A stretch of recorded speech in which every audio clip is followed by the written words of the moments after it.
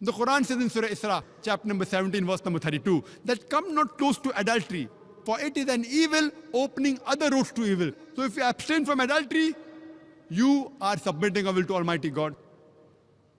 In Islam, we have a system of modesty, which is the same in Christianity.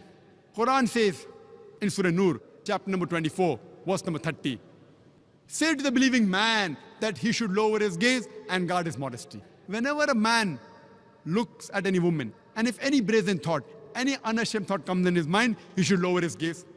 The same message is given in the Gospel of Matthew, chapter number 5, verse number 27 and 28, where Jesus Christ, peace be upon him, says, it has been said of the old times that thou shalt not commit adultery. But I say unto you, whosoever looketh upon a woman to lust after her has already committed adultery in his heart. The same as the Quran says, that lower your gaze, Jesus Christ, peace be upon him, says that anyone who looketh upon a woman to lust after her has already committed adultery in his heart. The next verse, Surah Nur, chapter number 24, verse number 31 says, say to the believing woman that she should lower her gaze and guard her modesty, and display not a beauty except what appears ordinary of, and to draw her veil, a head covering over the bosom, and display not a beauty except in front of her father, her husband, her sons, and a big list of mahram, the close relatives who she can't marry is given.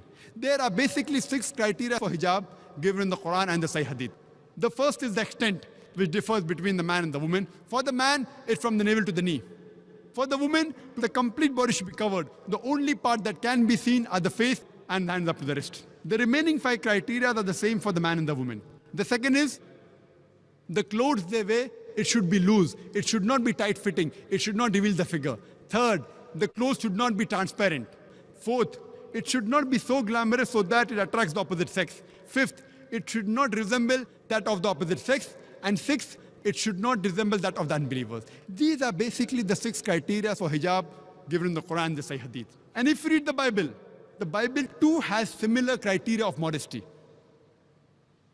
It's mentioned in the book of Deuteronomy, chapter number 22, verse number 5, that the woman shall not wear clothes that which pertain to a man, and neither shall man wear the garments of the woman. Anyone who does so is an abomination to their God. That means wearing clothes of the opposite sex is even prohibited in the Bible.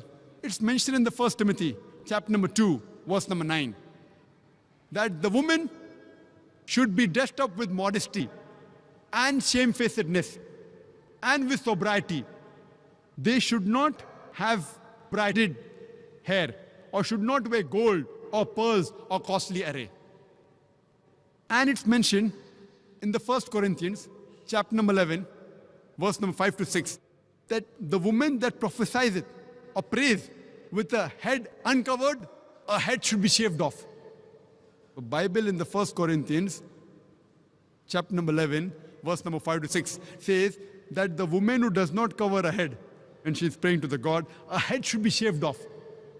Imagine even the Quran and the Sahih Hadith is not as strict as the Bible, where the Bible says the head should be shaved off. So if Christian means a person who follows the teachings of Jesus Christ, peace be upon him, I would like to tell you that we Muslims are more Christian than the Christians themselves.